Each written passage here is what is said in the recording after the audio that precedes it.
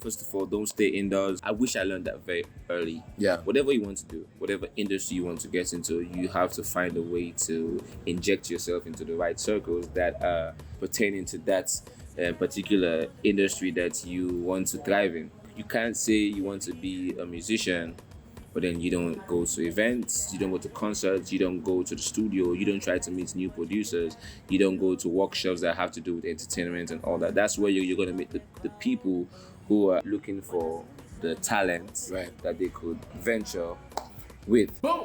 What's up, guys? Welcome back to my channel. My name is Joannis or Joe Hatago. I'm a Sierra Leone American living here in West Africa. And if you want to know why somebody would pursue a music career in Sierra Leone, then this is the video for you.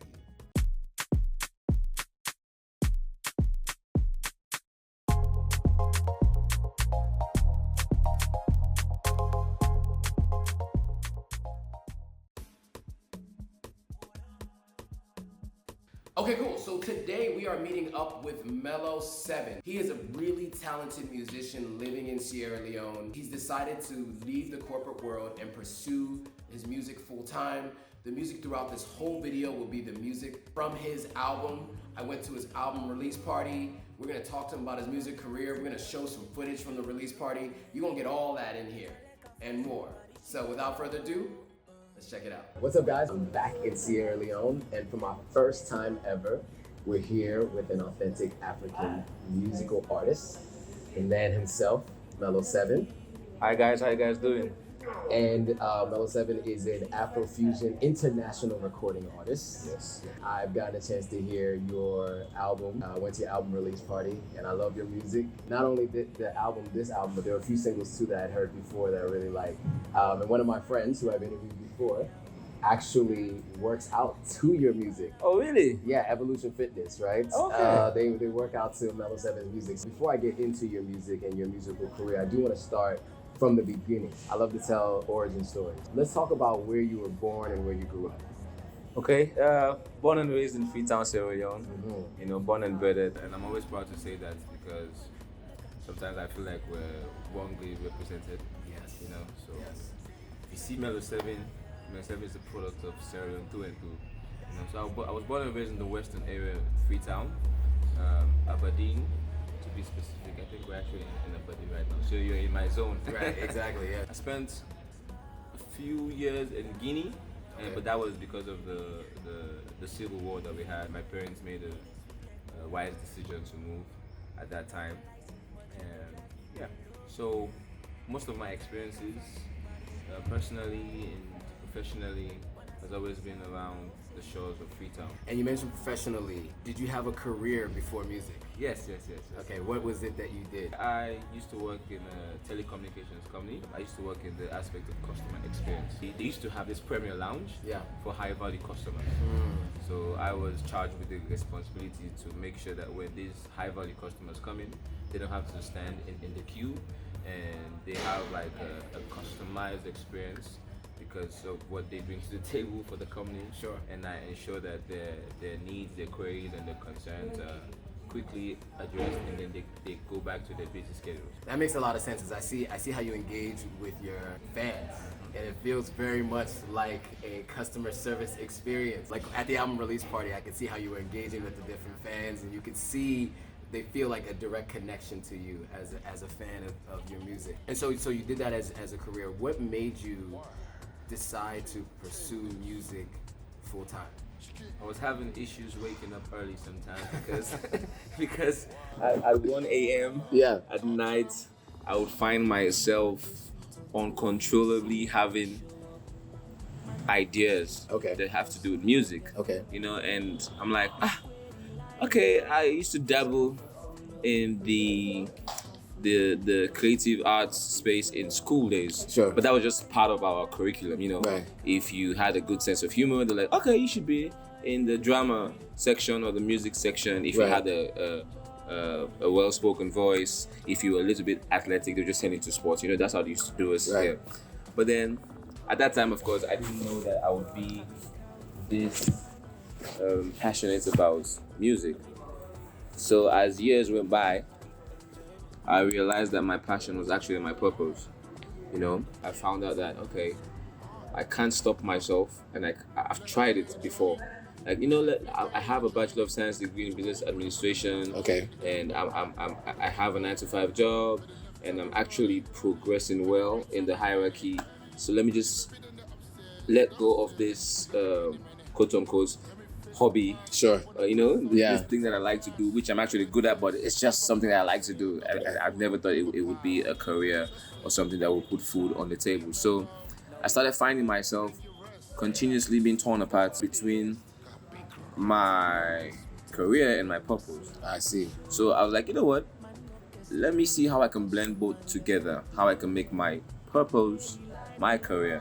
I see. So I started to see how best I could forge a life routine where I make business and pleasure become one. They say if you make your passion your profession, business will always be pleasure. There it So is. Yes. as much as it's hard work to get to where I am, but I cherish every moment of it, and I'm having fun Nice. at the same time. Yeah. Nice. And I can imagine that business background makes it easier to be an artist because you know how to deal with other artists and talk to other people, and it kind of all of that adds to your artistry, right? It's actually setting me apart. I can humbly say that because, as you mentioned earlier about the issues we have with customer service, Yes. generally, Yes. service industry in Sierra Leone needs a lot of work. The same goes for the entertainment space.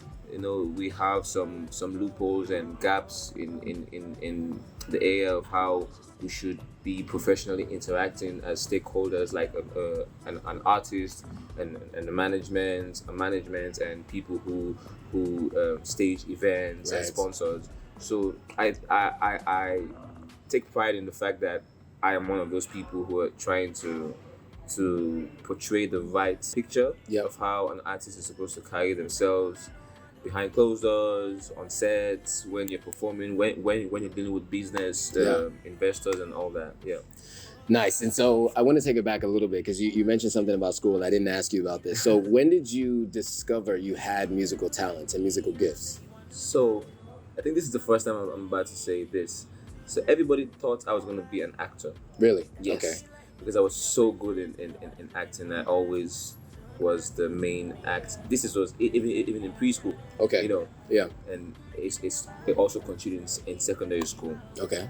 And then, for some reason, the secondary school that I went to, they're like, okay, this set of people are dominating drama all the time. Mello is going to be the lead act, and this person is going to be this. So let's also create another space for other people who have different talents. Like, music is not normally default in our curriculum. I see. In Sierra Leone, Yeah. you know, Yeah. it's mainly athletics and drama, Okay. and that's it. Performing arts, they didn't really go into that too much. So when they opened that platform in the secondary school, I was like, okay, let me try it again, because I'm a person who likes to try things, because you never know exactly what you're going to end up loving. I don't limit myself to only what I was exposed to because of the scenario that I found myself. So when I dabbled into that, Right.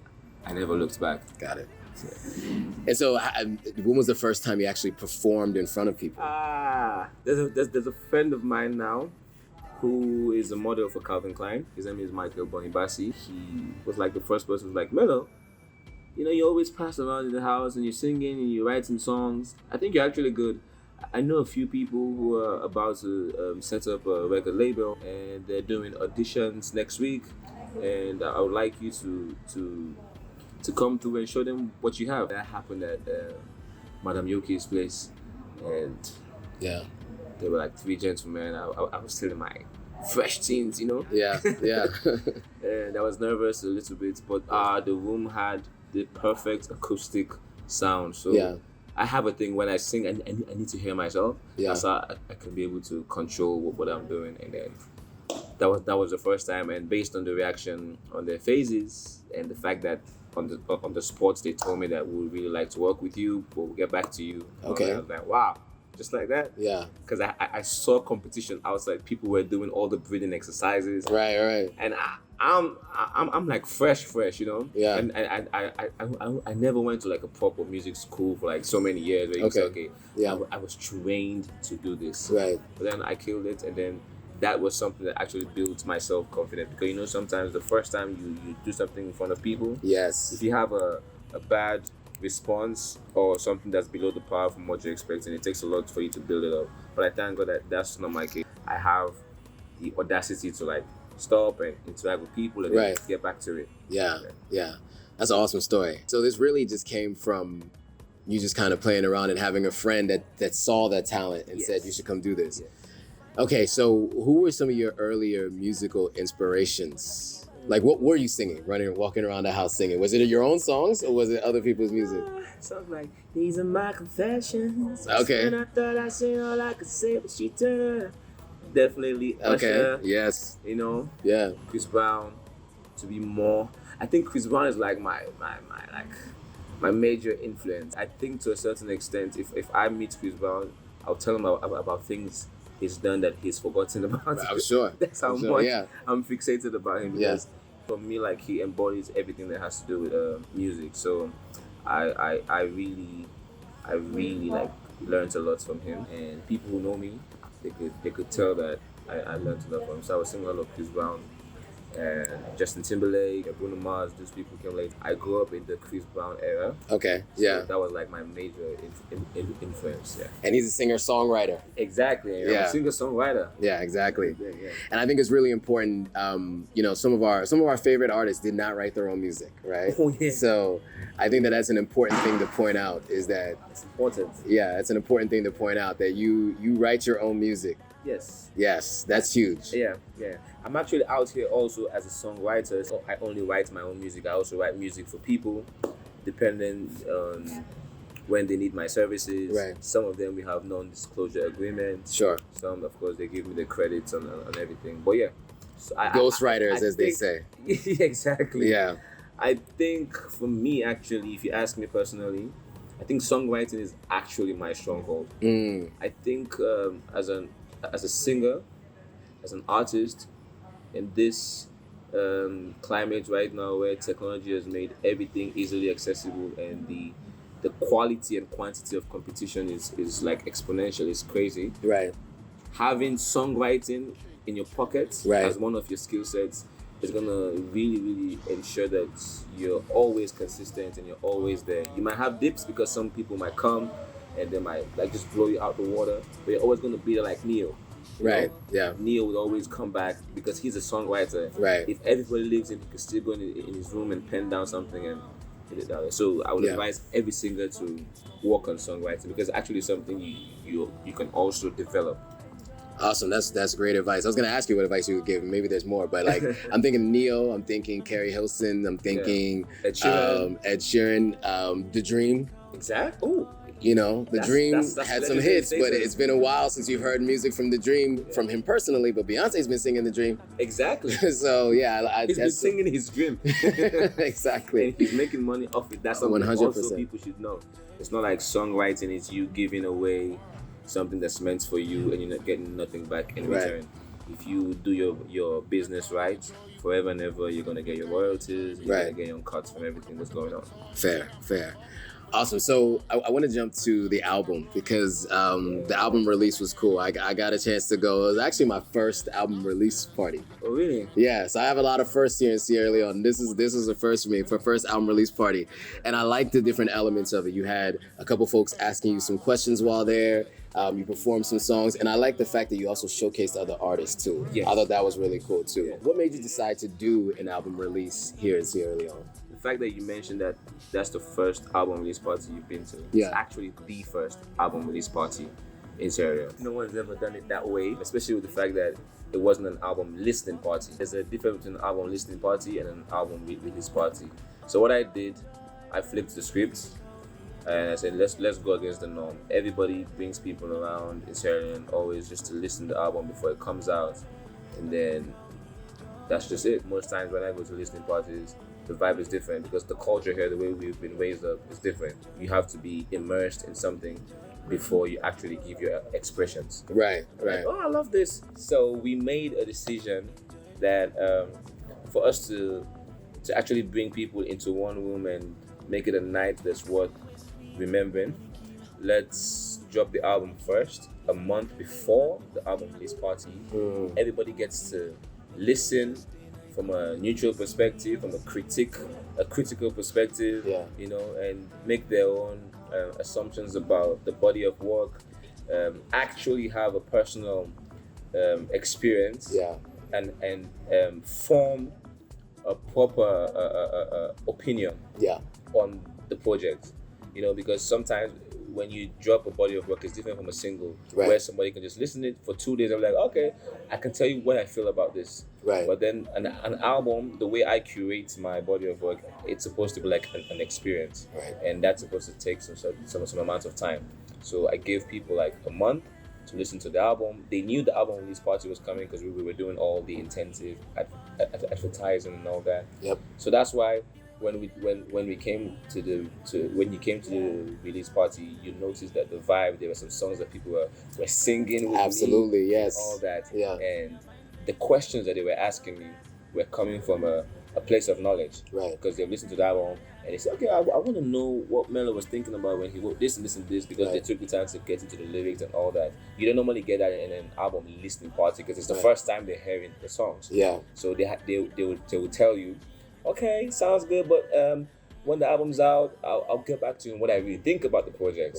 And most times, that response gap is there, you know. So I wanted it to be different. So I actually get a lot of info from the fans and the stakeholders, because there were DJs there were people who are movers and shakers in the industry.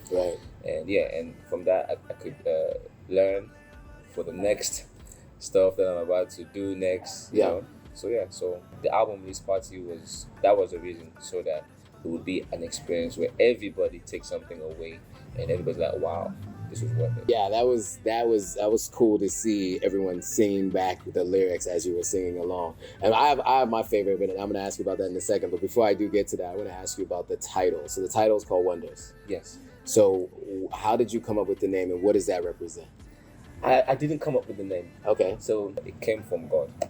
You know, it was something that was divine. My manager's in the background. I wish he could be part of the story for the nights that we had to like battle back and forth for not just for, especially with the album title, because I was so particular about this is not gonna fit, because this doesn't really embody the experiences, the hard work, the pain, the pleasure that went into the album. And funnily, the first song is Wonders, which is which is the name of the album. The title track, right? Yeah, and it's the last song that I made. So this tells you that sometimes life, just trust the process, and the final destination, you get everything there. So whilst we were making all the songs, we still as a team hadn't had the title of the album. So it was a direction in the reverse, you know, because most times people say, okay, the album is gonna be about confessions. So you're gonna write songs that are gonna be about this. They do it the other way around. But for us, we're like, you know what, let's do this together with how we feel and how the journey is taking us. Like, let the river flow.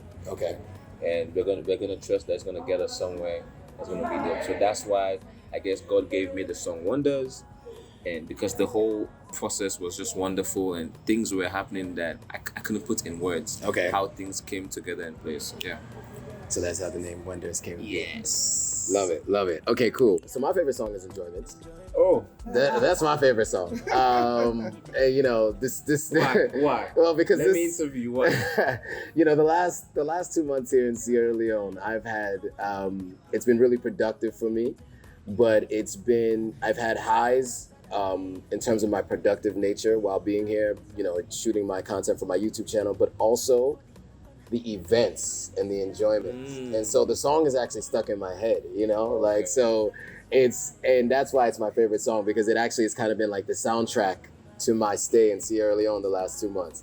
And so you've enjoyed your stay. I've enjoyed, yes. Okay. Enjoyment. Yes, that has been the word. Nice. That's been the word I've used to describe this trip. That's my favorite song. Okay. What is your favorite song?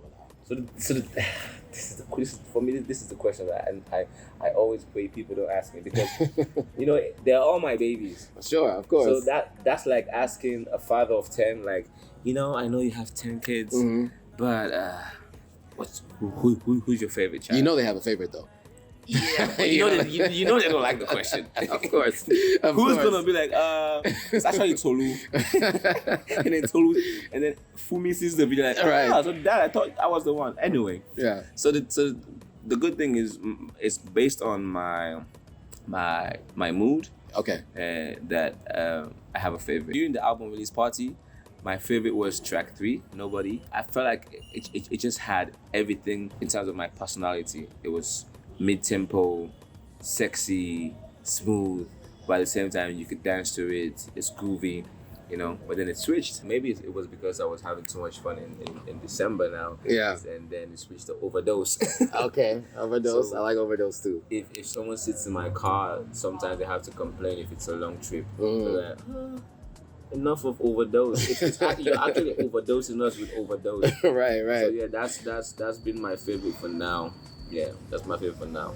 Okay, so I want to go back a bit because I didn't ask you this. The name Mello 7.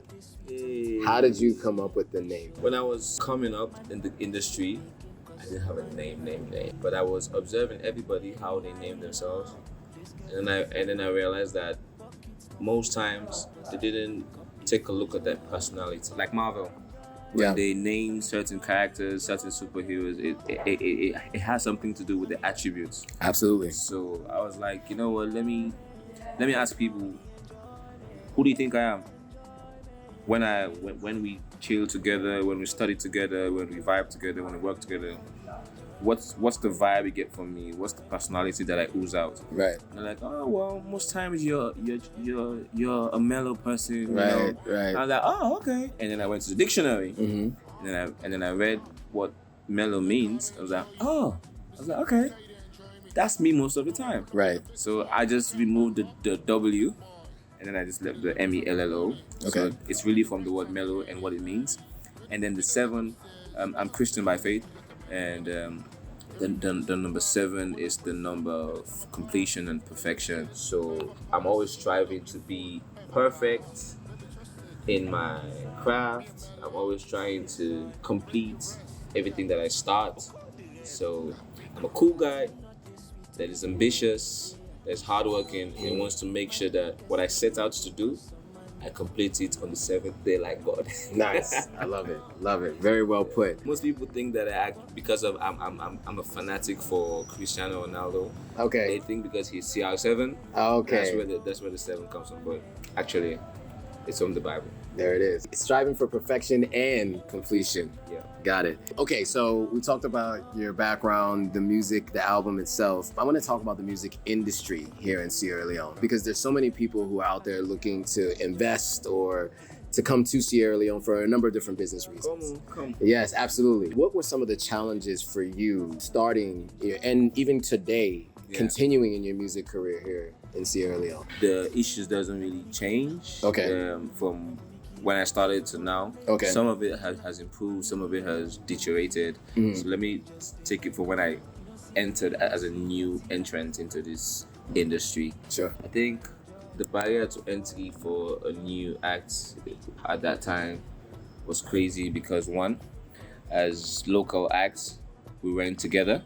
Right. As a unit, fighting this virtual battle with the foreign influx of good music. Yeah. Because let's be fair, it's not as if the foreign music is not good. Right, of course. If I'm part of this industry, I was expecting that when I step in, I'm gonna meet like a group of people sharing a common goal to achieve a common target, Yeah. But that was not the case. And I think up till now, thank God, I think our own generation, we're doing a better job. Most of us even if we're not friends, but like we have this mutual respect for each other. It's not too hard for people that are my peers for us to collaborate musically, and that has helped also for us to garner some audience with the new age generation. There's still this gap between the generation that I grew up in and the one that I'm in. So the previous Yeah, generation. the previous generation and current, us. yeah. It's really hard to see like what you see in Nigeria or Ghana, like Sarkodie working with King Promise. Right. They're from two different generations. Right. You hardly see that happening here.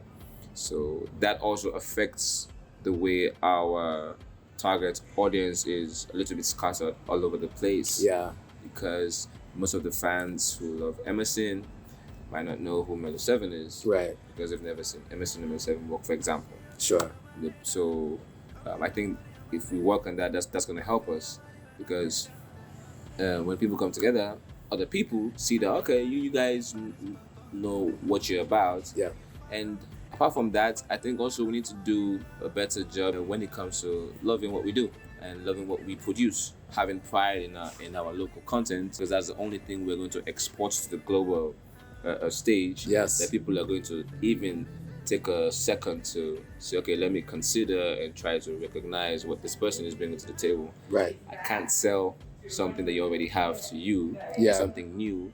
You'll be like, okay, I'll buy that when mine is done, you know? Exactly. But if it's Yeah. something fresh and unique, we have to find a way to differentiate our products, even though they normally try to class Africa as a whole. Yep. Afrobeats to the world, Afrobeats to the world. But then when you hear Ghanaian music, it's Ghanaian music. When you hear Nigerian music, even though there are a lot of fusions going on. Sure. But there's a way we can do it as Sierra Leoneans to stand out. We also need a lot of investment. Absolutely. You know, because at the end of the day, I know people who have some skill sets. Yep. that could really make a difference, but then the resources are not there. The resources are not only financial resources, it also has to do with creating these networking between us and the big engines out there. You Yes. know? Now there's Sunny, there's Universal Music in Africa, in Nigeria, Ghana. Right. So we need to find a way where we can sell ourselves to these people to understand that we have talent here, we have good music that is different and that is worth selling Right. to the world, that is worth looking at, and it could be something profitable, because we Right. can't do it on our own. We need to accept that as well. There's Right. no way where we can just take our music out for our own. So Yeah. we need to find a way to create that connection. But Yeah. that starts with us building ourselves first of all, and when we present ourselves to those people, they see something worth investing in. And on that note, I mean, obviously the album sounds incredible. And you told me something that surprised me earlier, that it was completely mixed and mastered Exactly. here in Sierra Leone. And to your point, right, is giving something that it's quality and that people actually want to invest in. I know you've mentioned that you've recorded in a number of different places. Is that a challenge? Maybe some of the equipment, the mixing, the mastering, the people that are behind those things? Is that another challenge? Yeah, that's another challenge, but I would say we've tried our best, especially the engineers. Some of them have traveled. Some of them have tried to create relationships with people out there that have done it, you know, Right. and try to have this intellectual exchange. So I never wanted to do an album until I was sure that there's a Sierra Leonean producer, or there are Sierra Leonean producers and engineers that I could work with. That if I go to Sunny now, and I give them my album and they listen to it, like, this is actually 100% Sierra Leonean. Right. Not just the artist, the engineers and everybody. Right. They're gonna see the full package, like, oh, this is what they're investing in, because this is everything in one place. Right. It's the same thing like the Nigerians, you know? Right. They have the engineers, they have their video directors. They were shooting out for a while, but the end game was, we could do this all by ourselves. And then that's how you add value to your industry and to your craft. So for now, there are a couple of producers that I would say can really do their best to match up to the international standards. But we need more, of course. We need more. Right. We shouldn't be an industry where everybody's just rushing to two producers. Right. You know. Right. But then that comes also with the finding a way where the government and the private sector could see entertainment as a worthy investment to create institutions that would be there for people to go and learn these skills. Right. Because when you go to Nigeria and Ghana, they offer these courses to people to learn, you know. Yeah. Most of our engineers, first of all, I hail them for that, because most of them learned the hard way. Self-taught. They had to go for years and find out how this logic works and all that. So yeah, that's something I would like to see. So we need to build a pipeline, right? Build that pipeline Yeah. of creatives across the spectrum. Yeah. That's an important point. What advice would you give to someone who's looking to start a musical career here in Sierra Leone? First of all, don't stay indoors. I wish I learned that very early. Yeah. Whatever you want to do, whatever industry you want to get into, you have to find a way to inject yourself into the right circles that are concerned or that is pertaining to that particular industry that you want to thrive in. You can't say you want to be a musician, but then you don't go to events, you don't go to concerts, you don't go to the studio, you don't try to meet new producers, you don't go to workshops that have to do with entertainment and all that. That's where you're going to meet the people who are as passionate as you, and maybe they're on the other side of the aisle looking for the talent that they could venture with, and then never stop improving. I always say this: practice makes improvement. Yes.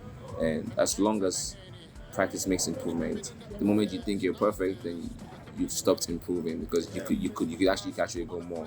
So up till now, people who we are looking up to, they're still going back to the drawing board and see how they can reinvent themselves. Right. Another thing is, I think we should work more in going back to the roots and studying. Because there's that gap.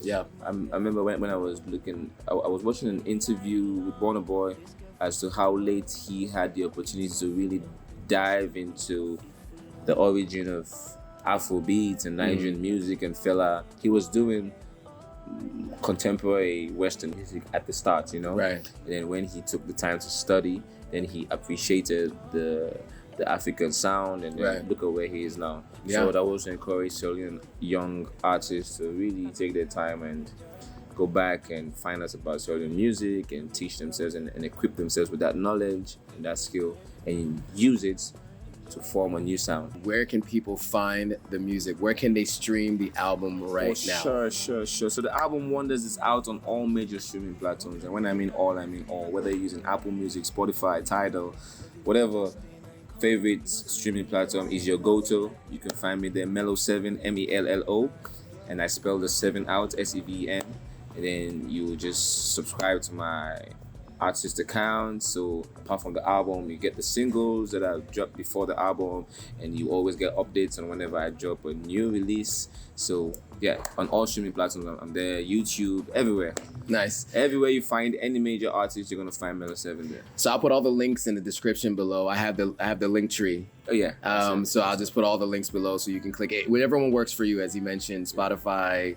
If you're on Apple Music, whatever, you can just click the link and subscribe. Anything you want to talk about for this coming year that you're working on in terms of music and your goals for this year? Yeah, so 2022, I really focused on myself. Yeah. And that was not being selfish. That's just being me being aware that I have to work on myself if people want to work with me. Right. So this is like the turn of the year, and I'm already having calls from artists that have already been more reputable than me and more established than me in Sierra Leone, and they're like, yo, I saw what you did in 2022, I see how it's going, I see the impact, and I want to work with you. So for me, this year is gonna be like reaping the rewards of what I did last year. Yeah. I'm open to a lot of collaborations, because that's another way for me to sell myself to those artists' audience, Right. and find a way to cross-pollinate, That's it. So that's what I'm focusing on this year. I'm gonna be dropping more visuals for the songs and the album. Yeah. And people should watch out for that. That's why you need to subscribe to all my channels so you get the latest notification. And yeah, I have some surprises, but based on protocol, Yeah. I'll keep that wrap for now. Sure. But definitely, the people just know that 2023 is gonna be bigger and better with Mello7. So join me and stay tuned. There it is. Well, first of all, I want to thank you, Mello, for doing this. This has been a great conversation. I learned a lot from it. Pleasure's mine. And those of you who are watching, thanks for watching. Of course, as always, if you always tell me if I miss a question. If there's anything you want to know from Mello7, write it in the comments below. If you liked hearing from Mello7, hit that thumbs up so that We all know that you liked it. And of course, share it with anybody you know who wants to learn more about Sierra Leonean artists and the kind of music that's being made here. And lastly, you guys are watching, but you're not subscribed. 70% of you guys are watching and not subscribed. So make sure you subscribe. Hit that subscribe button. Hit that notification button, and so that you're notified every time a new video comes out. With that, guys, thanks for watching. See you all in the next video. Okay, cool. So that was Mello 7. If you like this video, hit that thumbs up. If you had any questions that you feel like I didn't answer, if you have any questions for Mello 7 yourself, put them in the description below. We definitely want to hear from you guys. If you know anybody who's looking for new artists that they want to listen to, want some really smooth, chill music, or even some hype, upbeat music, tell them to check out Mello on all the platforms that he mentioned in the video. That's all going to be in the description. It's really dope music. And if you liked the music you heard in the background here, that is Mello 7's music. So definitely check that out and make sure you go and support it on all platforms everywhere. Now, with that, guys, thanks for watching. If you haven't already, hit that subscribe button. Hit that notification bell so you're notified every time a new video comes out. Thanks for watching. See you on the next video. All right, guys, if you like this video, go ahead and hit that subscribe button, hit that notification bell, like, comment, and share it with your friends. All right, see you on the next video.